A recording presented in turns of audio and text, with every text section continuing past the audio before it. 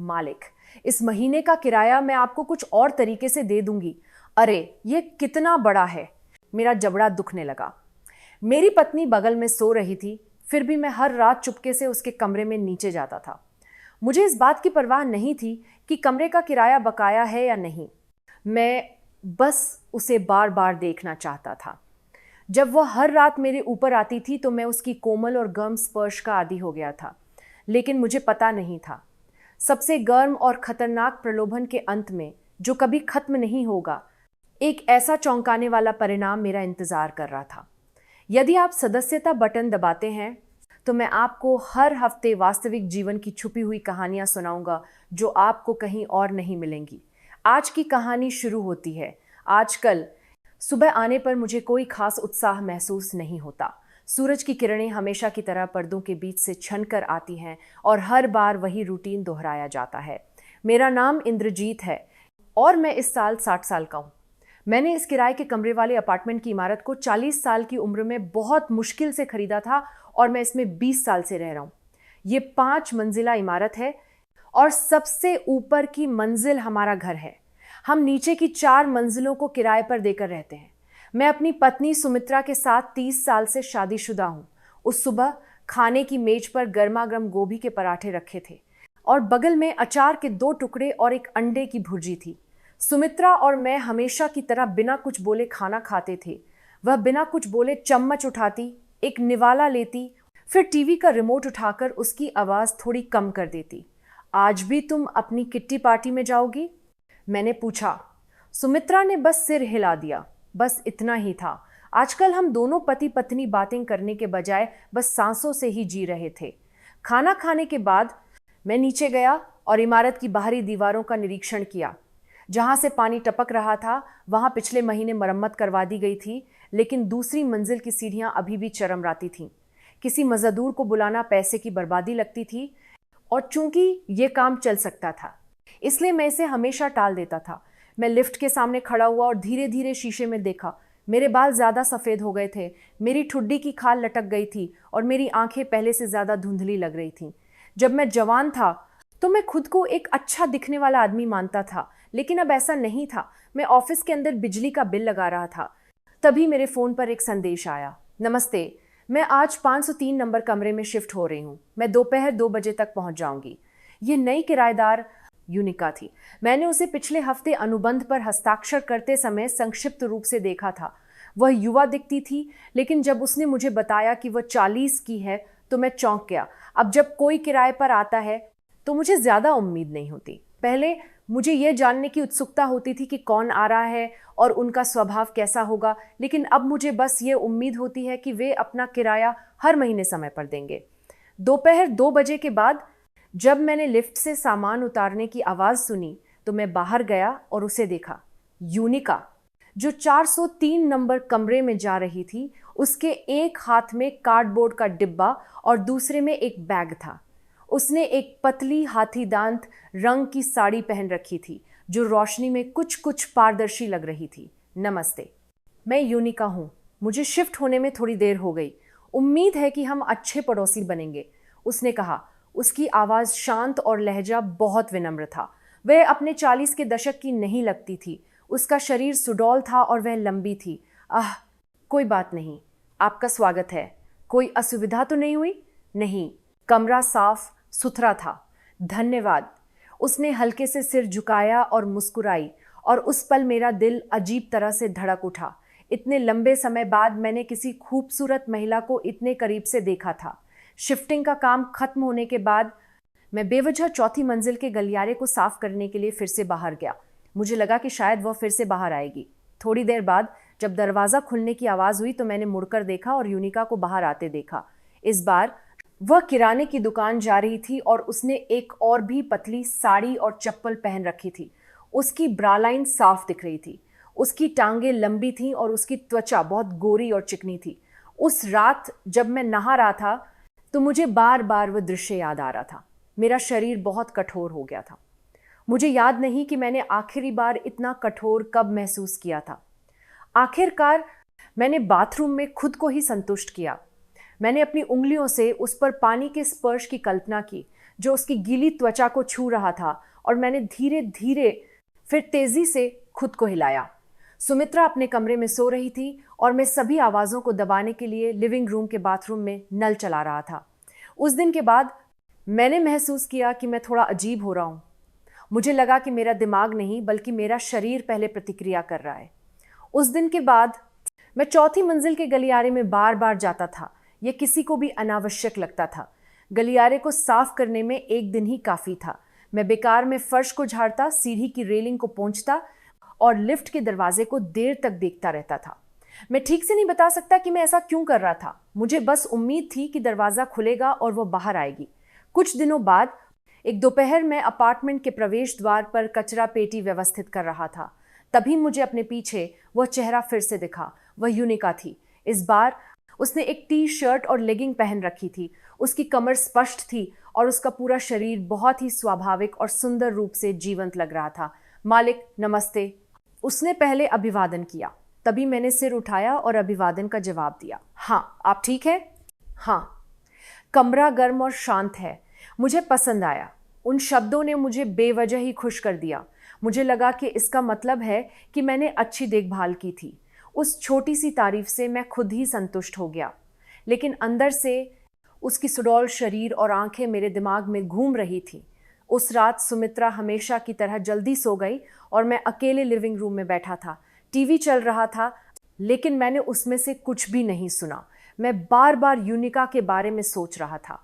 वह पतली साड़ी पहने हुए किराने की दुकान की ओर जा रही थी, लेकिन पहने हुए सीढ़ियां चढ़ रही थी। यह सही नहीं है, मेरा दिमाग कह रहा था, लेकिन मेरा शरीर पहले से ही प्रतिक्रिया दे रहा था।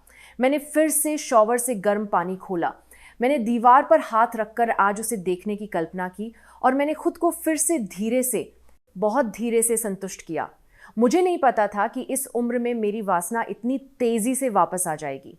अगली सुबह सुमित्रा ने चुपचाप रसोई में मेरे लिए खाना बनाया। उसका चेहरा और आवाज़ हमेशा की तरह थी। आज आप क्या कर रहे हैं? मैं बस इमारत की देखरेख करूंगा। दोपहर के खाने में कल की बची हुई दाल गरम कर लेना। ठीक है, हम हमेशा ऐसे ही कम बोलते थे। हमारी बातचीत ज़रूरत के अनुसार और भावनाओं से रहित होती थी।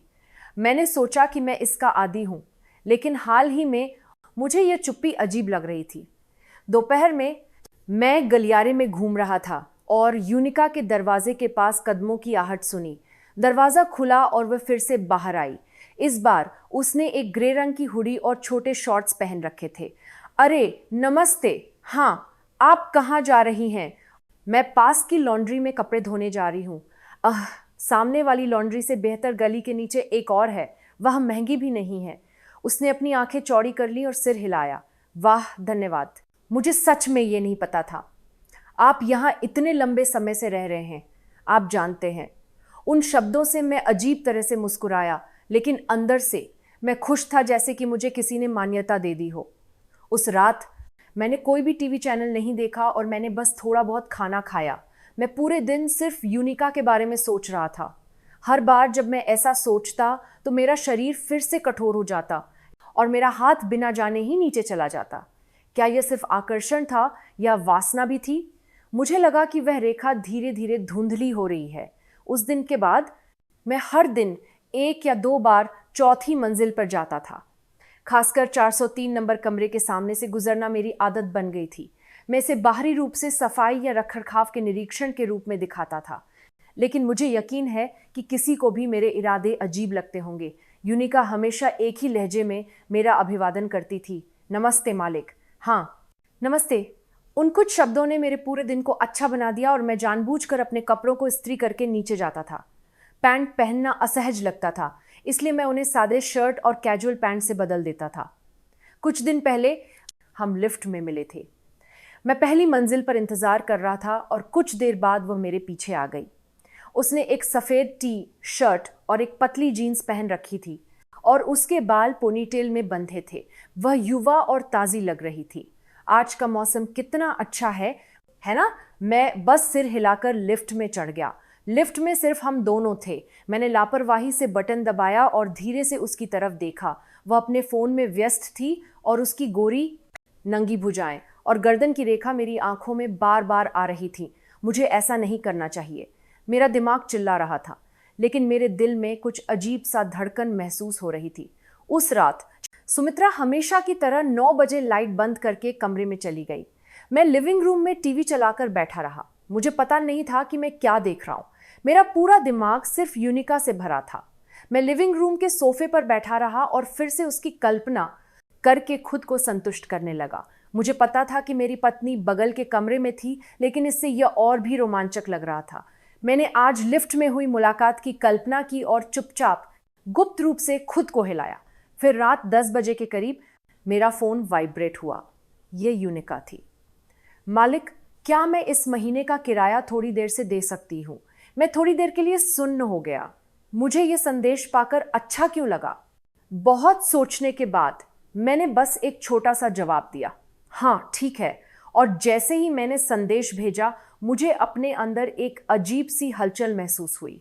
मैंने क्यों कहा कि यह ठीक है? यह ठीक नहीं था, तो मैं इतना खुश क्यों था? अगली सुबह सुमित्रा ने चुपचाप मेरे लिए मेज पर नाश्ता लगाया और मैं गोभी के पराठे का एक निवाला खा रहा था। तभी अचानक मुझे एक विचार आया, क्या उसे पता है कि मैं उसके लिए बदल रहा हूँ? उसने सिर नहीं उठाया और हमेशा की तरह शांत रही।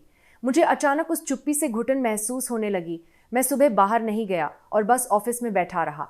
अचानक सीसीटीवी मॉनिटर स्क्रीन पर मैंने यूनिका को एक कप कॉफी पकड़े हुए सामने के दरवाजे के पास बेंच पर बैठे हुए देखा। धूप तिरछी पड़ रही थी, जिससे उसकी सुंदर शरीर की रेखा और भी उभरी हुई लग रही थी। उसकी परछाई लंबी थी और वह घुटने मोड़कर एक हाथ में कॉफी पकड़े हुए बैठी थी। उसकी शांत छवि शांत और आकर्षक थी। उस दोपहर मैं सीढ़ियां चढ़ रहा था और फिर से 403 नंबर कमरे के सामने रुक गया। मैंने दस्तक नहीं दी और बस दरवाजे के पार से आवाज सुनने की कोशिश कर रहा था, जो कि एक मूर्खतापूर्ण हरकत थी। तभी मुझे अपने अंदर एक फुसफुसाहट सुनाई दी। यह सिर्फ आकर्षण नहीं है, मैं पहले ही रेखा पार करने की कोशिश कर रहा हूँ। उस रात भी मैं बाथरूम में गया और शॉवर की आवाज के साथ यूनिका के बारे में सोचने लगा। किराने की दुकान पर वह दिन, सीढ़ियों पर उसकी पीठ, लिफ्ट के अंदर उसकी हल्की सुगंध। उस रात मेरे हाथ की लय पहले से ज्यादा तेज थी, लेकिन चाहे मैं कितनी भी वासना निकालूं, उसका चेहरा मेरे दिमाग से नहीं जा रहा था। जब से मुझे किराया देर से देने का संदेश मिला था, तब से मुझे लगा कि यूनिका के प्रति मेरा रवैया धीरे धीरे बदल रहा है, या ये कहना बेहतर होगा कि ये सामने आ रहा था। जो भावनाएं पहले से ही मेरे अंदर थीं, वे चुपचाप खुद को प्रकट करने लगी थीं। अगले दिन दोपहर मैं फिर से चौथी मंजिल के गलियारे में यूनिका से मिला। इस बार वह अपने हाथ में एक कचरे का बैग पकड़े हुए थी और उसके बाल लापरवाही से बंधे थे और उसने एक टी शर्ट के ऊपर एक कार्डिगन पहन रखा था। उसने कपड़े ढक रखे थे, लेकिन उसकी गोल मटोल बॉडी अभी भी दिख रही थी। मालिक, आपकी मदद के लिए धन्यवाद। कोई बात नहीं, हर किसी की अपनी परेशानी होती है। जैसे ही ये शब्द मेरे मुंह से निकले, मैं खुद हैरान रह गया। मैंने इतनी प्यार से और इतनी गर्मजोशी से क्यों बोला? उसने थोड़ी देर मेरी तरफ देखा, फिर सिर झुका लिया। सच कहूं तो मुझे थोड़ी शर्मिंदगी महसूस हुई। इस उम्र में आपसे ऐसी मदद मांगना। मैंने बिना कुछ बोले सिर हिला दिया और मुझे उसके कंधे पर हाथ रखकर उसे दिलासा देने का मन हुआ। उस रात मैं फिर से बाथरूम में गया। पानी की आवाज़ के नीचे मेरे दिमाग में लगातार वह थी, उसकी आंखें, कचरा बैग पकड़े हुए उसका शांत मुस्कुराता चेहरा, और जब उसने मुझसे बात की तो उसकी आवाज़, उसके कपड़ों पर दिखने वाली उसकी सुडौल बॉडी, ये सब कुछ मेरे शरीर को और भी कठोर बना रहा था। ये सिर्फ वासना नहीं थी, मुझे लगा कि ये प्यार हो सकता है। ये वह भावना थी जो इतने लंबे समय से मेरे अंदर थी। अगले दिन मैं प्रवेश द्वार पर बेंच पर बैठा था, तभी मेरी पत्नी सुमित्रा नीचे आई। वह आमतौर पर नीचे नहीं आती थी। क्या हुआ? कुछ नहीं, बस यूं ही। सुमित्रा थोड़ी देर गलियारे के सामने खड़ी रही, बिना कुछ बोले। लगता है दूसरी मंजिल का किराएदार जा रहा है। हाँ, वह इस महीने के अंत तक जा रहा है। क्या आपको पिछले महीने का किराया मिल गया? मैं रुक गया। हाँ, मुझे मिल गया। सुमित्रा ने थोड़ी देर मेरी आंखों में देखा, फिर बिना कुछ बोले सिर हिलाया और ऊपर चली गई। मैं काफी देर तक वहीं बैठा रहा। उसने कुछ खास नहीं कहा था, लेकिन मुझे अजीब सा लग रहा था। दोपहर में मैं मेल बॉक्स साफ कर रहा था, तभी मैंने यूनिका को गलियारे के अंत से चलते हुए देखा। उसने स्पोर्ट्स शूज और छोटे ट्रेनिंग पैंट पहन रखे थे। वह वर्कआउट से वापस आ रही थी और वह पसीने से लथपथ थी। आज भी बहुत गर्मी है। हाँ, सुबह तो ठीक था। वह अजीब तरह से मुस्कुराई और एक हाथ से अपने बालों को पीछे किया। उस पल मैं फिर से उसकी गर्दन, उसकी कलाई, उसकी जांघों और उसके पसीने से भीगे बालों को धीरे धीरे घूरने लगा।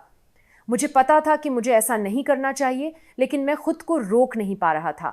रात को मैंने बेवजह यूनिका की सोशल मीडिया प्रोफाइल तस्वीर देखी। वह तस्वीर में एक सुनसान समुद्र तट पर खड़ी थी। उसने एक लंबी साड़ी पहन रखी थी, उसके बाल हवा में उड़ रहे थे और वह कहीं दूर देख रही थी। उस रात भी मैं बाथरूम में गया, शॉवर खोला और अपने फ़ोन पर उसकी प्रोफाइल तस्वीर देखकर चुपचाप खुद को हिलाया। उस रात मैंने धीरे धीरे और लंबे समय तक इसका आनंद लिया। क्या यह प्यार था या सिर्फ एक भ्रम? मैं भ्रमित था, लेकिन एक बात साफ थी, मैं उसका आदी हो रहा था।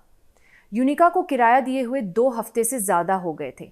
हालांकि मैंने शुरू में कहा था कि ये ठीक है, मुझे धीरे धीरे असहज महसूस होने लगा। वह इस हफ्ते तक दे देगी। उसने कहा था कि उसकी कुछ समस्या है। मैं खुद को दिलासा दे रहा था, लेकिन मैं कैमरे पर गलियारे को और भी ज़्यादा बार जांच रहा था और हर बार जब मेरे फ़ोन पर कोई नोटिफिकेशन आता तो मुझे धड़कन महसूस होती थी कि कहीं यूनिका ने तो फ़ोन नहीं किया, लेकिन उसकी तरफ से कोई खबर नहीं थी। इस बीच सुमित्रा हमेशा की तरह शांत थी। वह चुपचाप खाना खाती थी, तय समय पर टीवी देखती थी और जल्दी सो जाती थी। क्या उसने यह महसूस किया कि मैं कहीं और व्यस्त हूँ? मुझे विश्वास था कि उसने ध्यान नहीं दिया होगा, लेकिन उसकी चुप्पी ने मुझे और भी बेचैन कर दिया। आखिरकार मैंने अपना मन बना लिया और ऑफिस की दराज से किराए का रजिस्टर निकाला। 503 यूनिका जुलाई बकाया। जैसे ही मैंने कैलकुलेटर पर दबाने की कोशिश की, मेरा हाथ रुक गया। क्या मैं बस उससे मिलकर बात करूं, फ़ोन या संदेश के बजाय? क्या होगा? मैं बस किराए के बारे में बात कर रहा हूं। शाम को मैं 403 नंबर कमरे के सामने खड़ा था और बहुत देर तक झिझकता रहा। मैंने दरवाजे पर कान भी लगाया, अंदर से कोई आवाज़ नहीं आ रही थी। इसे छोड़ो, वापस चलो। अगली सुबह रसोई में दाल तड़के की महक आ रही थी। सुमित्रा ने हमेशा की तरह एप्रन पहना हुआ था और चुपचाप मेज लगा रही थी। खाना तैयार है, बस इतना ही उसने कहा। मैंने अपने सूखे होठों को चाटा और बैठ गया। मेज पर गर्मा गर्म दाल, अंडे की भुर्जी और सूखे अचार थे। यह मेरे पसंदीदा पकवान थे। उन्हें देखकर मुझे बेवजह ही बुरा लगा। खाना बहुत स्वादिष्ट है, मैंने कहा, लेकिन सुमित्रा ने सिर नहीं उठाया। वह बस दाल में चम्मच चलाती रही। 1-2 निवाला खाने के बाद उसने धीरे से कहा, 403 ने अभी तक किराया नहीं दिया है ना? मेरे हाथ में पकड़े हुए चम्मच रुक गया। और कुछ नहीं तो कम से कम किराया तो समय पर आना चाहिए। मैंने उसके चेहरे की तरफ देखा, लेकिन उसने अपनी आंखें नहीं उठाईं। वह सिर झुकाकर खाना खा रही थी। मेरा गला बैठ गया। उसकी कुछ परेशानियां हैं। अगर हर किराएदार की परेशानी होती है तो क्या आप किसी से किराया नहीं लेंगे? इस बार उसने सीधे मेरी आंखों में देखा और कहा। मैं कुछ नहीं कह सका। मैंने बस अपने होंठ दबा लिए और सिर हिलाया। वह धीरे से उठी और अपना एप्रन उतार दिया। आप तो पहले किराया समय पर लेते थे। उसने बस इतना कहा और चुपचाप अपने कमरे में चली गई। मैं उस जगह पर बहुत देर तक बैठा रहा, दाल में तैर रही गोभी के टुकड़े को देखता रहा। गोभी धीरे धीरे पक रही थी और मेरे दिल की तरह वो भी धीरे धीरे उसमें घुल रही थी। उस दोपहर मेरी पत्नी हमेशा की तरह बाहर गई और मैं लिविंग रूम के सोफे पर बैठा रहा, हिचकिचाता हुआ। फिर मैंने यूनिका को एक संदेश भेजा, इस सप्ताह के अंत तक कृपया बकाया किराया भेज दें। संदेश भेजने के 1 मिनट से भी कम समय में उसका जवाब आया। मुझे किराए के बारे में आपसे कुछ बात करनी थी, क्या आपके पास थोड़ा समय है? और उसके बाद एक और संदेश आया, जब आपके पास समय हो तो कृपया मेरे कमरे में आ जाएं। मेरा दिल तुरंत धड़कने लगा। मुझे घबराहट और उत्साह दोनों महसूस हुए। ठीक है, मैं बस किराया लेने जा रहा हूँ। मैं तुरंत 403 नंबर कमरे में गया। थोड़ी देर हिचकिचाने के बाद मैंने धीरे से दरवाजे पर दस्तक दी और दरवाज़ा खुल गया। यूनिका ने मुझे इस तरह देखा जैसे वो मेरा इंतज़ार कर रही थी। आप आ गए मालिक? वह हल्की सी मुस्कुराई, लेकिन उस मुस्कुराहट में कुछ और भी था। यह अजीब तरह से गहरा और मोहक था। मुझे किराए के बारे में बात करनी थी। मेरे कहने पर उसने दरवाज़ा थोड़ा और खोल दिया और कहा, क्या आप अंदर आकर बात करेंगे? मैंने दरवाज़ा खोलती हुई उसे देखा और अपनी सांसें रोक लीं। उस दिन यूनिका ने हमेशा से भी ज़्यादा पतले और मुलायम कपड़े पहन रखे थे। उसकी तंग टॉप से उसकी छाती की रेखा दिख रही थी और नंगे पैरों के साथ खड़ी होने पर भी वो बहुत आकर्षक लग रही थी। कृपया अंदर आइए, उसने पहले कहा। उसकी आवाज़ नीची और शांत थी, लेकिन उसमें एक स्पष्ट इरादा था। मुझे पता था कि क्या हो रहा था। फिर भी मैं उस दरवाजे से अंदर गया, या शायद जब मैं दरवाजे पर खड़ा था तभी मैंने मन बना लिया था। कमरा गर्म था, रोशनी हल्की थी और एक केतली में कॉफ़ी उबल रही थी। यहाँ बैठिए, मैं बिना कुछ बोले खाने की मेज की कुर्सी पर बैठ गया। उसने चुपचाप 2 कप कॉफ़ी डाली। मुझे खेद है कि मैं किराया देने में देरी कर रही हूँ, उसने कहा। मैंने सिर हिलाया। ये तो हो सकता है। मैंने कॉफ़ी का एक घूंट लिया और वह चुपचाप मेरे सामने बैठ गई। उसने अपने घुटनों को एक साथ रखा और अपनी हथेलियों को उन पर रखकर मेरी तरफ देखा। आप अपनी पत्नी के साथ अच्छे हैं? मैंने आपको कभी एक साथ नहीं देखा। आहा, हम एक साधारण शादीशुदा जोड़ा हैं। इस सवाल का जवाब देना अजीब था। वह थोड़ी देर मुस्कुराई, फिर उसने अपनी टांगों को मोड़कर अपनी मुद्रा बदल दी। 2 साल पहले मेरे पति का कारोबार फेल हो गया और हम पर बहुत कर्ज चढ़ गया। आखिरकार हमारा तलाक हो गया। हमने अपना अपार्टमेंट बेच दिया और मैं तब से यहाँ और वहाँ घूम रही थी और अब यहाँ एक कमरे के अपार्टमेंट में आ गई। मैं यहाँ भी योग प्रशिक्षक का काम करती रहती हूँ और पैसा कमाती हूँ, लेकिन कर्ज चुकाने की वजह से किराया देना मुश्किल हो रहा है। ये एक मुश्किल स्थिति है, लेकिन फिर भी आपको अब किराया देना होगा। वह अपनी कुर्सी को मेरे पास ले आई और पूछा, मुझे एक बात पूछनी है। जब आप मुझे देखते हैं तो आप हमेशा मुझे घूरते क्यों रहते हैं? मैं तुरंत कॉफ़ी कप को नीचे रख दिया और कुछ नहीं बोला। उसे पता चल गया था कि मैं उसे किस तरह से देखता हूँ। उसने मेरी आंखों में देखा और हल्की सी मुस्कुराई। फिर वह धीरे से खड़ी हो गई। वह मेज के चारों ओर से मेरे पास धीरे धीरे आई। मैं बस कुर्सी पर बैठा उसकी हरकतों को देखता रहा। वह मेरे सामने खड़ी हो गई। वह चुपचाप मेरे पैरों के बीच घुटने टेक कर बैठ गई और अपना सिर ऊपर उठाकर मेरी तरफ देखा। क्या मैं किराए के बजाय कुछ और दे सकती हूँ? मैं कुछ नहीं कह पाया। उसने मेरी जांघ पर हाथ फेरा और मेरी बेल्ट खोलना शुरू कर दिया। मेरी सांसें तेज हो गईं और मेरा दिल कान के पास धड़कने लगा। उसकी उंगलियों ने मेरी गहराई को छुआ और उसका स्पर्श सहज और कोमल था। क्या आप किराए के बजाय इससे संतुष्ट हैं? उसने फिर से पूछा और मैंने धीरे धीरे सिर हिला दिया। वह मेरी जांघों पर बैठ गई। उसकी छाती मेरी छाती से छू रही थी और मुझे उसकी गर्माहट महसूस हुई। उस पल मैं खुद को और रोक नहीं पाया।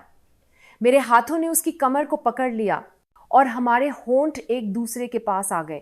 उसकी सुगंध, उसकी त्वचा, उसकी भावनाएं, सब कुछ मेरे अंदर घुस गया, जैसा कि मैं चाहता था। हम धीरे धीरे बिस्तर पर गए और हमने धीरे धीरे लेकिन जुनून से एक दूसरे के लिए हरकतें की। हमारी सांसें तेज थीं और हमारी भावनाओं के टकराने की आवाज़ें भी तेज थीं। उसके बाल मेरे चेहरे को छू रहे थे और मैंने अपनी आंखें बंद कर लीं। किसी और के लिए पुरुष महसूस करने की भावना जो मैंने बहुत पहले खो दी थी, उसने मेरे पूरे शरीर को ढक लिया। मुझे नहीं पता कि कितना समय बीत गया। सब खत्म होने के बाद उसने अपना चेहरा मेरी छाती पर रखा और धीरे से कहा, किराया लेने के लिए अक्सर आते रहिए। मैं कोई जवाब नहीं दे पाया। मैंने बस अपनी आंखें बंद कर लीं, ये सोचकर कि यह हकीकत है या नहीं।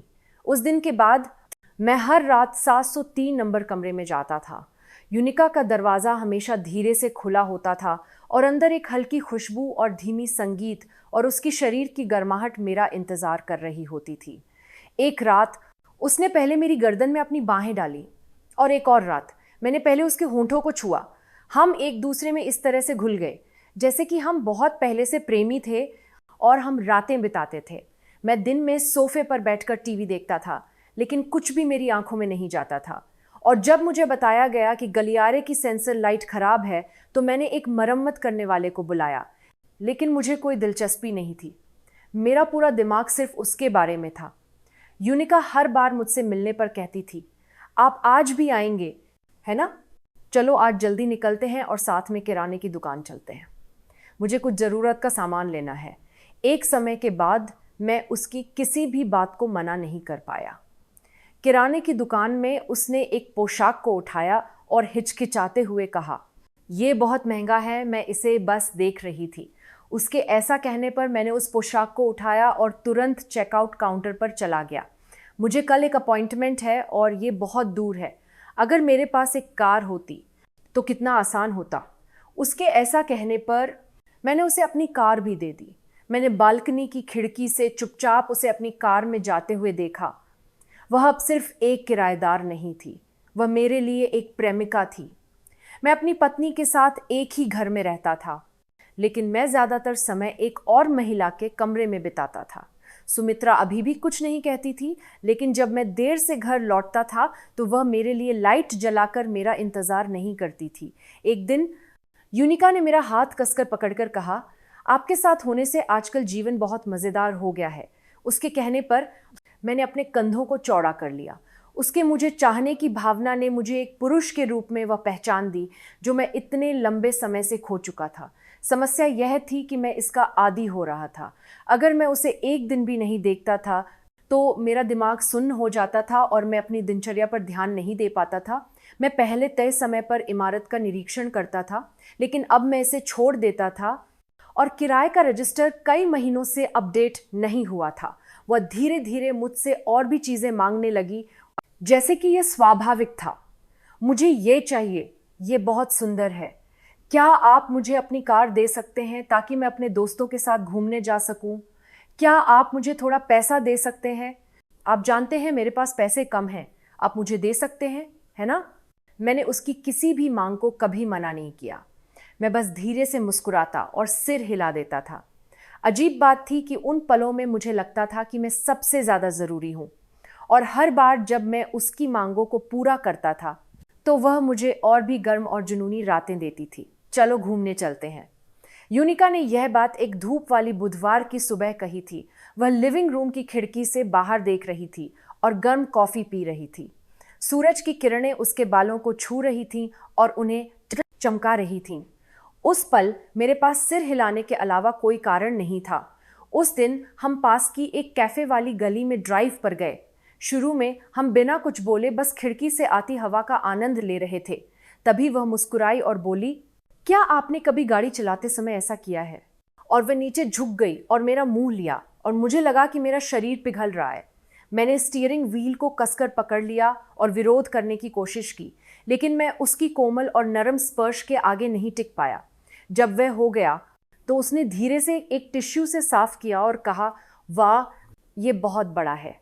मेरा जबड़ा दुखने लगा।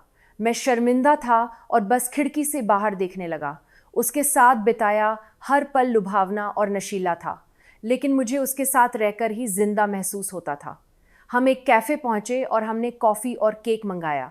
उसने कारमेल मैक्चियाटो पी और मैं, जो आमतौर पर कभी चॉकलेट केक नहीं खाता था, उसने उसके लिए चुना, तो मैंने भी खा लिया। मुझे लगा था कि आप बहुत सख्त हैं, लेकिन आप बहुत प्यारे हैं, आप जानते हैं। उसके उन शब्दों ने, मुझे नहीं पता था कि मैं मुस्कुराऊं या नहीं, और मेरा चेहरा लाल हो गया, लेकिन अंदर से वे शब्द पूरे दिन मेरे दिमाग में घूमते रहे। इतने सालों में पहली बार किसी युवा और खूबसूरत महिला ने मुझे प्यारा कहा था। उस दिन के बाद भी हम अक्सर बाहर जाते थे। हमने हैंग नदी पुल के नीचे कॉफ़ी पी, एक शॉपिंग मॉल के फूड कोर्ट में खाना खाया और देर रात एक अंधेरी पार्किंग में अकेले समय बिताया। हाल ही में मैं अक्सर शॉपिंग मॉल जाता था।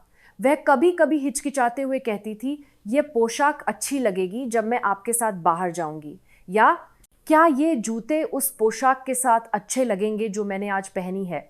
हर बार मैं अपना कार्ड वॉलेट निकालता था। ये ज़्यादा महंगा नहीं है, ये सुंदर है, मुझे इसे खरीदना चाहिए, मैं खुद से ऐसा कहता था, और उस पर खर्च किए गए पैसे बढ़ते जा रहे थे।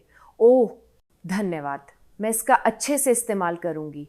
वाह, मैं इसे बचा कर रखूंगी। धन्यवाद, चूंकि आपने मेरे लिए इतना किया है, तो जब हम घर जाएंगे तो मैं आपको बहुत खुश करूंगी। वह हर बार ऐसा कहती और मेरी बाहों में आ जाती थी। मुझे लगा कि हम एक पुराने प्रेमी जोड़े की तरह हैं। एक समय के बाद मैंने यूनिका के जीवन यापन के खर्चों का भी ध्यान रखना शुरू कर दिया।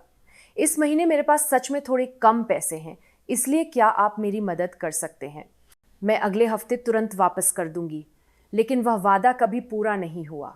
मुझे यह पता था, लेकिन एक समय के बाद मैंने उससे दोबारा पूछा भी नहीं। इसके बजाय पैसे देने, उपहार खरीदने और कार देने के वे पल मुझे ऐसा महसूस कराते थे कि मैं किसी के लिए ज़रूरी हूँ। सुमित्रा के साथ मेरी शादी में मैं हमेशा एक पृष्ठभूमि की तरह था, लेकिन यूनिका के पास रहने से मुझे लगा कि मैं नायक हूँ। रात को हम अभी भी 403 नंबर कमरे में साथ थे, और जब उसका हाथ मेरे पैरों के बीच से होकर जाता या वह अपना मुंह खोलकर धीरे से उसे लेती तो मैं पूरी तरह से निहत्था हो जाता था। अगर आप नहीं होते तो मैं यहाँ कैसे रह पाती। वह शब्द जादू की तरह थे। हर बार जब वह ऐसा कहती तो मैं और भी गहरा और भी पूरी तरह से उसके अंदर डूब जाता था। उस रात भी मैंने अपनी पत्नी को जल्दी से सोते हुए देखा और इमारत का निरीक्षण करने का नाटक करते हुए घर से बाहर निकला और आदत की तरह 403 नंबर का दरवाज़ा खोला। यूनिका हमेशा की तरह मेरा इंतज़ार कर रही थी और उसका कमरा सिर्फ हम दोनों की आवाज़ों से भर गया। हमने बिना कुछ बोले एक दूसरे को गीला किया और कभी तेज़ कभी धीरे लय के साथ हम एक साथ चरमोत्कर्ष पर पहुँचे। जब हमारा समय खत्म हो गया तो मैं छत को देखते हुए लेटा रहा। यूनिका ने अपना सिर मेरी छाती पर रखा हुआ था और वह धीरे धीरे अपनी उंगलियों से मेरे पेट पर सहला रही थी। आप सच में मेरे लिए एक बहुत अच्छे इंसान हैं। मुझे ऐसा कोई और कभी नहीं मिलेगा। उसके शब्द बहुत मीठे थे और मुझे लगा कि वो मुझे और भी गहरे खींच रही है। क्या आप आज और देर तक रुकेंगे? मैं आपको एक बार फिर से लेना चाहती हूँ। जब उसने फुसफुसाते हुए कहा तो मैंने घड़ी देखी। रात के 12:47 बज रहे थे। मुझे पता था कि बहुत देर हो चुकी थी, लेकिन मैं उठ नहीं पा रहा था। आखिरकार मैं सो गया और अगली सुबह 8 बजे मैं अपने कपड़े इकट्ठे करके 403 नंबर कमरे से धीरे से बाहर निकला। बाहर शांति थी और मैंने सिर झुकाकर चुपचाप दरवाज़ा बंद किया और दबे पांव सीढ़ियों की ओर गया। आप यहाँ क्या कर रहे हैं? मैं वहीं रुक गया। यह सुमित्रा की आवाज़ थी। सुमित्रा तीसरी से चौथी मंजिल की सीढ़ियों पर खड़ी थी। क्या वह कचरा फेंकने के बाद वापस आ रही थी या वह मेरा इंतज़ार कर रही थी? उसका चेहरा ठंडा और कठोर था। आप अभी उसके कमरे से बाहर आए हैं? मैं कुछ नहीं कह पाया। मेरा मुंह सूख गया था और कोई आवाज़ नहीं निकल रही थी। जवाब दीजिए। वह धीरे धीरे सीढ़ियाँ चढ़ी, एक एक सीढ़ी। मैं एक कदम पीछे हटा। मैं बस किराए के बारे में बात कर रहा था। क्या सुबह सुबह? उसकी आवाज़ एक चाकू की तरह तीखी थी और उसकी आंखों में संदेह था। इसलिए आप आजकल इतनी देर से आते हैं? उस महिला ने आपसे क्या कहा? उसने कहा कि उसकी हालत खराब है, इसलिए मैंने उसकी मदद की। मैंने अपना सिर नहीं उठाया। मुझे उसकी आंखों में दिख रहा था कि वह मुझे एक इंसान नहीं मान रही है। और सबसे अपमानजनक बात यह थी कि मैं कुछ नहीं कह पा रहा था और वहीं खड़ा था। सुमित्रा चुपचाप मेरे पास से गुजरी और 403 नंबर कमरे के सामने खड़ी हो गई और बिना किसी हिचकिचाहट के उसने दरवाजे पर दस्तक दी। अरे दरवाज़ा खोलो। मेरा दिल पागलपन की तरह धड़कने लगा। मुझे उम्मीद थी कि यूनिका दरवाज़ा नहीं खोलेगी। कृपया कृपया अभी नहीं। लेकिन दरवाज़ा धीरे धीरे खुल गया। यूनिका ने हल्के से बिखरे बालों के साथ सुमित्रा को देखा।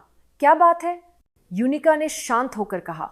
सुमित्रा ने एक गहरी सांस ली और सख्ती से कहा, आपका मेरे पति के साथ क्या रिश्ता है? ऐसा लगा जैसे हवा ठंडी हो गई हो। यूनिका ने अपनी आंखें सिकोड़ ली, सुमित्रा को देखा और धीरे से मुस्कुराई।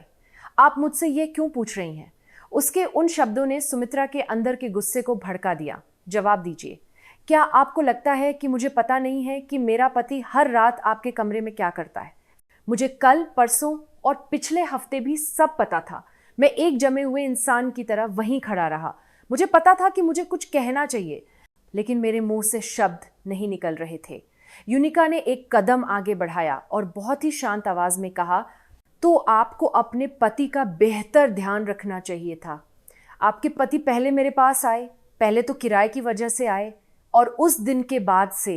उन शब्दों ने सुमित्रा की आंखों को चौड़ा कर दिया, लेकिन जल्द ही उसका चेहरा फिर से कठोर हो गया और उसने सीधे यूनिका की तरफ देखा और कहा, आप इतनी गर्व से क्यों बोल रही हैं? आप बस एक ऐसी महिला हैं जिसके पास पैसे नहीं है, इसलिए वह पैसे वाले बूढ़े आदमी के साथ सोकर थोड़े पैसे कमाना चाहती है। उस पल यूनिका का चेहरा बदल गया। कोई मुस्कान नहीं थी, कोई शांत रवैया नहीं था। आपने क्या कहा? सोकर? दोनों के बीच की हवा में एक तनाव था। सुमित्रा ने अपने दबे हुए गुस्से को दबाया और बोलना जारी रखा। मैं 30 साल से इस आदमी के साथ रह रही हूँ। क्या आपको लगता है कि आप कुछ दिनों में मेरे जैसी हो सकती हैं? बिल्कुल नहीं। जब मैंने वे शब्द सुने तो मेरा दिल बैठ गया। उसके हर शब्द ने मेरे दिल के किसी हिस्से को चुभो दिया। ये सब बकवास है, मुझे और कुछ नहीं कहना है। सुमित्रा मुड़ गई और मेरी तरफ धीरे धीरे आई, मेरे बगल से गुजरी और सीधे घर चली गई। मैं उसके पीछे घर गया और सुमित्रा एक छोटा सा ट्रॉली बैग खींचकर बाहर आ गई। यह नहीं हो सकता, मैं आपके साथ ऐसे नहीं रह सकती। मैं कुछ समय के लिए बेटे के घर जा रही हूँ, आप होश में आइए। मैंने अपना हाथ बढ़ाया। सुमित्रा, रुको, बस। उसने मेरे हाथ को झटक दिया और सीढ़ियों से नीचे चली गई। उसकी पीठ मैंने पहली बार देखी थी और यह सबसे दूर की पत्नी की पीठ थी। उस रात घर में कोई आवाज नहीं थी। फ्रिज, घड़ी, खिड़की की हवा, सब शांत थे। बेडरूम की अलमारी खुली थी और सुमित्रा के कुछ कपड़े गायब थे। ड्रेसिंग टेबल पर से दवा का डिब्बा और मेकअप भी गायब था। मैं उसके सामने खड़ा हुआ और सुन्न हो गया। वह सच में चली गई और तब मेरे पैर बिना ताकत के नीचे झुक गए और मैं फर्श पर बैठ गया। सुमित्रा के चले जाने के बाद घर बहुत शांत हो गया। मुझे पहले वो चुप्पी असहज लगती थी, लेकिन अब मुझे वो याद आ रही थी। मेज पर सुमित्रा का दवा का डिब्बा अकेला पड़ा था और फ्रिज में मेरे पसंदीदा सूखे अचार एक पारदर्शी कंटेनर में रखे थे। जो चीज़ें वो अपने साथ नहीं ले गई थी, वे सब मुझे बार बार पीछे मुड़कर देखने के लिए मजबूर कर रही थी। मेरा फ़ोन दिन में कई बार बजता था। ये यूनिका थी। आप आज क्यों नहीं आ रहे हैं? दरवाज़ा खोलो। क्या आप मुझे याद नहीं करते? मैं आपको बहुत याद करती हूँ। संदेश छोटे थे, लेकिन दिन में 10 से ज़्यादा आते थे। मैंने जवाब नहीं दिया। मुझे नहीं पता था कि क्या करना है। मुझे देर से एहसास हुआ कि उसके पास जाना अब कोई सांत्वना नहीं थी, लेकिन मेरे पास अभी सब कुछ खत्म करने की हिम्मत भी नहीं थी। वह हर दिन खुद ऊपर आती थी। जब दरवाजे पर दस्तक होती तो मैं सोफे पर बैठ जाता था, लेकिन मैं तुरंत फिर से सिर झुका लेता था। दरवाजे के पार से एक धीमी आवाज़ आती थी, क्या आप ऐसे ही करते रहेंगे? उसकी आवाज़ अभी भी कोमल और मीठी थी और इसीलिए यह और भी डरावनी थी। मैंने जवाब नहीं दिया। मैं चुपचाप बैठा रहा और अपने दाहिने हाथ में पकड़े हुए फ़ोन के साथ खेलता रहा। मेरी पत्नी का फ़ोन बंद था और मेरा बेटा भी फ़ोन नहीं उठा रहा था। थोड़ी देर बाद यूनिका की आवाज़ गलियारे में शांत हो गई। रात को मुझे नींद नहीं आई। मैंने अंधेरे बेडरूम में सुमित्रा की जगह पर सिर्फ रजाई को छुआ और आह भरी। मुझे अब एहसास हुआ कि वह वहाँ कितने समय से सो रही थी। तकिए के बगल में उसका एक छोटा सा नोटपैड था। उसमें खरीदारी की सूची, मेरी दवाएं लेने का समय और मेरे जन्मदिन पर क्या बनाना है जैसे कुछ स्क्रिबल किए गए नोट थे। उन छोटी छोटी लिखावटों को देखकर मेरी आंखों में आंसू आ गए। उस पल मेरा फ़ोन फिर से वाइब्रेट हुआ। ये यूनिका थी। मैं अकेली हूँ, क्या हम मिल सकते हैं और बात कर सकते हैं? मैंने जवाब नहीं दिया। भले ही मैंने जवाब नहीं दिया, वह बार बार संदेश भेजती रही। मुझे यह नहीं पता था कि उसके शब्द सच्चे थे या झूठे, लेकिन मुझे इस बात का सबसे ज़्यादा डर था कि उसके मुझे ढूंढने के शब्द ने मेरे दिल को फिर से हिला दिया था। उस रात मैं लिविंग रूम के सोफे पर चुपचाप बैठा रहा। लाइट भी बंद थी और टीवी भी बंद था। बेडरूम का दरवाज़ा बंद था और अंदर अब कोई नहीं था। अंधेरे घर में सिर्फ मेरी सांसों की धीमी आवाज़ थी। तभी दरवाजे पर दस्तक हुई। मैं हूँ, चलो बात करते हैं। उस आवाज़ को सुनकर मैंने अपनी आंखें बंद कर लीं। मैं अब और भाग नहीं सकता था। आखिरकार मैं धीरे धीरे उठा और दरवाज़ा खोला। वो बिना कुछ बोले अंदर आ गई और हम दोनों अंधेरे लिविंग रूम में अकेले थे। वह मेरे पास आई और बहुत धीरे से बोली, मैं बहुत अकेली थी। उसने धीरे से मेरा हाथ पकड़ा और मेरी आंखों में देखा। हम लिविंग रूम के फर्श पर लेट गए और स्वाभाविक रूप से एक दूसरे को चूमा। अंधेरे में हमारे शरीर फिर से एक दूसरे से मिले और हमारी सांसें आपस में मिलीं। तभी उसने मेरे कान में धीमी आवाज़ में फुसफुसाया, ओ मुझे बहुत अच्छा लग रहा है और हाँ, मुझे एक बैग चाहिए। मैं रुक गया। वह अभी भी मेरी बाहों में थी और उसने धीरे धीरे बोलना जारी रखा। मैंने उसे पिछली बार आपके साथ देखा था। वह बहुत सुंदर है, लेकिन वह थोड़ा महंगा है। उस पल मेरी आंखों के सामने सब कुछ धुंधला हो गया। उसके होंठ, उसकी त्वचा, उसका कोमल स्पर्श, सब कुछ अचानक एक सौदे की तरह महसूस हुआ। यूनिका। मैंने धीरे से उसके कंधे को धक्का दिया। उसने चौंक कर मेरी आंखों में देखा। तुम क्या सोच रही हो? वो थोड़ी देर के लिए रुक गई, फिर धीरे से मुस्कुराई और बोली, नहीं, कुछ नहीं, बस मुझे याद आ गया। मैं धीरे धीरे उठा और अपनी पैंट और शर्ट फिर से पहन ली। उसने मेरी तरफ देखा और कहा, क्या हुआ? क्या आप मुझसे नाराज हैं? मैंने सिर हिला दिया। नहीं, बस अचानक मुझे अच्छा नहीं लगा। उसने मेरे कहने पर अपना चेहरा कठोर कर लिया। क्या मैंने सिर्फ एक बैग मांगकर कुछ गलत किया? मैंने धीरे से उसकी तरफ एक शब्द फेंका, क्या मैं तुम्हें सिर्फ एक एटीएम लगता हूं? उस पल वह कुछ नहीं कह पाई और उसने अपने होंठों को कसकर दबाया और सिर घुमा लिया। अचानक ऐसा क्यों कर रहे हो? मैंने जवाब नहीं दिया। मैं बस दरवाजे की तरफ गया और धीरे से दरवाजा खोला। कृपया जाओ। वह थोड़ी देर के लिए खाली खड़ी रही, फिर धीरे धीरे उठी और जूते पहने। जब वह दरवाजे से बाहर निकली तो उसमें वो नशीली महिला नहीं थी जिसे मैंने पहली बार देखा था। यूनिका के जाने के बाद मैं काफी देर तक दरवाजे पर खड़ा रहा। दरवाजा बंद हो गया और घर फिर से शांत हो गया। उसकी खुशबू अभी भी थी, लेकिन वो अजीब तरह से अप्रिय लग रही थी। उस रात मैंने अकेले शराब पी। फ्रिज में रखी 2 बियर की कैन। मैंने सोचा कि ये काफी होगा, लेकिन खालीपन को कोई शराब नहीं भर पाई। अगली सुबह मैंने घर की सफाई करना शुरू किया, जिसे मैंने लंबे समय से टाल रखा था। लिविंग रूम से लेकर रसोई तक, बेडरूम तक, सुमित्रा की दराज तक।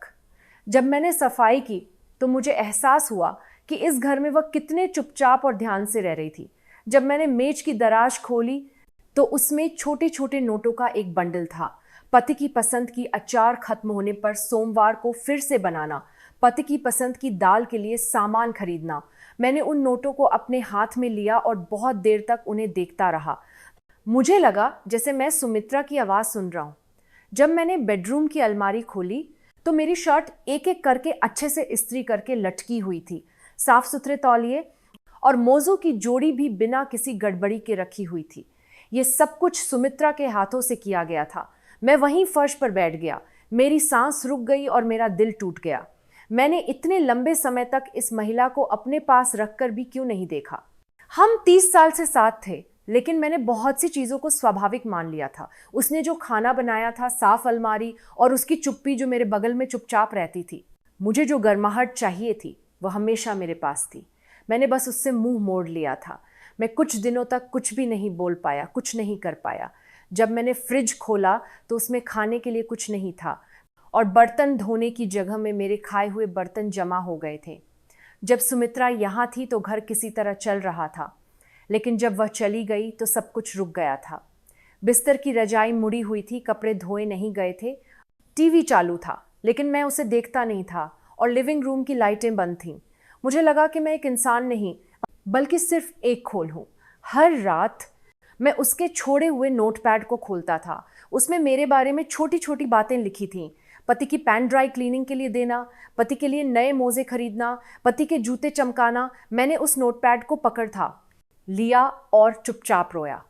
मुझे पहली बार पता चला कि आंसू इतने देर से भी आ सकते हैं। कुछ दिनों बाद एक शाम को दरवाजे पर फिर से दस्तक हुई। मैं बिना कुछ सोचे समझे दरवाजे पर गया और इंटरकॉम चालू करने से पहले ही मुझे आवाज़ सुनाई दी। ये यूनिका थी। मैं काफ़ी देर तक हिचकिचाता रहा, लेकिन आखिरकार दरवाज़ा खुल गया और उसके पार यूनिका पहले से भी ज़्यादा सजी धजी खड़ी थी। बहुत समय हो गया। वह धीरे से मुस्कुराई, लेकिन उस मुस्कान में कुछ घबराहट थी। क्या मैं थोड़ी देर के लिए अंदर आ सकती हूँ? नहीं, यहीं बात करो। वह चुपचाप मेरी तरफ देखती रही। फिर उसने बोलना शुरू किया। क्या आप सच में मुझे प्यार करते हैं? मैं आपसे सच में प्यार करती हूँ। उसने धीरे से मेरा हाथ पकड़ा। आपके साथ रहने से मुझे बहुत शांति मिलती है। उसने मेरी आंखों में देखते हुए बोलना जारी रखा। अब आपकी पत्नी भी नहीं है, चलो हम दोनों साथ रहते हैं। उन शब्दों पर मैंने अपनी आंखें बंद कर लीं और एक लंबी चुप्पी के बाद मैंने धीरे धीरे मुंह खोला। मेरी पत्नी तुमसे अलग है। वह एक ऐसी इंसान थी जिसने मुझसे कुछ भी नहीं मांगा और चुपचाप मेरे बगल में रही। मैंने तुम्हें प्यार समझा, लेकिन असली प्यार हमेशा मेरे पास था। मैंने बस अब इसका एहसास किया है। यूनिका ने मेरी बात सुनकर काफ़ी देर तक कुछ नहीं कहा और फिर उसने धीरे से अपना हाथ हटा लिया। तो क्या अब आपको मेरे लिए कोई भावना नहीं है? मैंने धीरे धीरे सिर हिला दिया। ये शुरुआत से ही एक भ्रम था। मेरी अकेलेपन को भरने वाले किसी को मैंने प्यार समझा। ये मेरा भ्रम था। उसका चेहरा कठोर हो गया और उसने मुझसे कहा, ओह, इस बूढ़े आदमी को देखो, मुझे यकीन नहीं हो रहा है। आपने मज़े लिए और अब आप पीछे हट रहे हैं। मुझे भी अब आपके पैसे नहीं चाहिए। आपने क्या खर्च किया है? मैंने अपना सिर नहीं उठाया। उसने धीरे से दरवाज़ा खोला और बाहर चली गई। शुरू में मैंने राहत की सांस ली और फिर मुझे खालीपन महसूस हुआ। मैं थोड़ी देर के लिए वहाँ बैठा रहा, फिर रसोई में गया और एक कप गर्म पानी गर्म किया। कप में से भाप निकल रही थी और धीरे धीरे मेज पर लग रही थी। मैं उसे देखता रहा और मैंने अपना फ़ोन खोला। यूनिका, इस हफ्ते तक कमरा खाली कर दो। भेजने से ठीक पहले मेरा हाथ एक बार रुका। सच कहूं तो मेरे अंदर की लालसा आखिरी बार विरोध कर रही थी, लेकिन मैंने उस लालसा पर 30 साल का अनुभव दबा दिया। मैंने भेजा और तुरंत पढ़ा गया का निशान आ गया। कोई जवाब नहीं आया। मैंने फ़ोन को मेज पर रखा और धीरे धीरे खिड़की की तरफ गया। सूरज की किरणें खिड़की से अंदर आ रही थीं। मुझे इस खिड़की के सामने अकेले खड़े रहने की आदत हो गई थी, लेकिन आज वह अकेलापन मुझे फिर से संभाल रहा था। 403 नंबर का दरवाज़ा उस दोपहर चुपचाप बंद हो गया और उस रात मुझे पहली बार लगा कि मेरा घर फिर से मेरी जगह बन गया है। अगले दिन मैंने अपने बेटे का पता फिर से देखा। हो सकता है कि मेरी पत्नी मुझे स्वीकार न करे, लेकिन मैं अब और नहीं भाग सकता था। मैं अपने बेटे के घर के दरवाजे पर पहुंचा और बहुत देर तक हिचकिचाता रहा। मैंने इंटरकॉम बटन पर अपना हाथ रखा, फिर कई बार उसे नीचे किया और ऊपर उठाया। आखिरकार मैंने घंटी बजाई। थोड़ी देर बाद दरवाज़ा खुल गया। ये मेरा बेटा था। वो मुझे देखकर हैरान था। मैंने अजीब तरह से मुस्कुराया। बेटे ने दरवाज़ा थोड़ा खोला और मुझे अंदर आने का इशारा किया। लिविंग रूम के सोफे पर सुमित्रा बैठी थी। उसने मुझे अंदर आते देखा, लेकिन उसने अपना चेहरा नहीं बदला। मैं धीरे से उसके सामने बैठ गया। सुमित्रा, मैं कुछ नहीं कह पाया और सिर झुका लिया। वह चुपचाप मेरे चेहरे को देखती रही। मैं काफ़ी देर तक उसकी उंगलियों को देखता रहा, फिर धीमी आवाज़ में बोला, मुझे माफ़ कर दो। मुझे बेवफाई के लिए माफ़ कर दो। मैं रेखा पार कर गया था। मुझे पता है कि ये माफ़ करने लायक नहीं है। मुझे देर से बताने के लिए माफ़ कर दो। मुझे तुम्हें इतने लंबे समय तक अनदेखा करने के लिए माफ़ कर दो। मुझे लगता है कि मैं तुम्हारे दिल को जाने बिना ही जी रहा था। मुझे सच में माफ़ कर दो। वह चुप रही, फिर मुझसे पूछा, अब आप किस इरादे से यहाँ आए हैं? मैंने एक गहरी सांस ली। मुझे बहुत पछतावा है। मुझे सच में लगा कि तुम्हारे बगल में होना स्वाभाविक है। मुझे एहसास हुआ कि तुम्हारी शांत उपस्थिति ने मुझे कैसे सहारा दिया। तुम चली गई, तभी मुझे एहसास हुआ। वापस आ जाओ। अब से मैं तुम्हारे बगल में होने को कभी भी स्वाभाविक नहीं मानूंगा। वह चुपचाप मेरी बात सुनती रही। फिर उसने धीरे से अपना सिर नीचे झुकाते हुए कहा, नफरत करने से ज़्यादा माफ़ करना आसान है। इस उम्र में तलाक लेना भी बहुत थका देने वाला है। मैं तुम्हें एक मौका दूंगी, लेकिन ये आखिरी मौका होगा। उन शब्दों पर मेरी आंखों में आंसू आ गए। मैंने सिर झुकाया और धीरे से कहा, धन्यवाद, बहुत बहुत धन्यवाद। उस शाम हम तीनों ने, मैंने, मेरी पत्नी और मेरे बेटे ने खाना खाया और फिर हम घर वापस आ गए। जब मेरी पत्नी ने अपने जूते उतारे और धीरे से अंदर आई तो वह अजीब लग रही थी, लेकिन मुझे खुशी महसूस हुई और मेरी आंखों में आंसू आ गए। मैंने बिना कुछ बोले उसका सामान लिया और वह लिविंग रूम में एक कोने में चुपचाप बैठ गई। जब हम पहली बार मिले तो हमारे बीच थोड़ी असहजता थी, लेकिन वह चुप्पी अजीब तरह से गर्म थी। उस रात हम लिविंग रूम के सोफे पर एक साथ बैठे और मैंने अपना हाथ उसके हाथ पर रखा। सुमित्रा ने अपना हाथ नहीं हटाया। इसके बजाय उसने धीरे धीरे अपनी उंगलियों को फैलाया और मेरे हाथ को पकड़ लिया। सुमित्रा को घर वापस आए हुए 1 महीना हो गया था। शुरुआती कुछ दिनों में हमने ज़्यादा बात नहीं की, लेकिन अब हम एक दूसरे के दिल को बस आंखों से पढ़ सकते थे। मुझे अब पता चला था, प्यार किसी और में खोजने के बजाय वह तुम्हारे बगल में रहने वाले इंसान के दिल को फिर से देखने का काम है।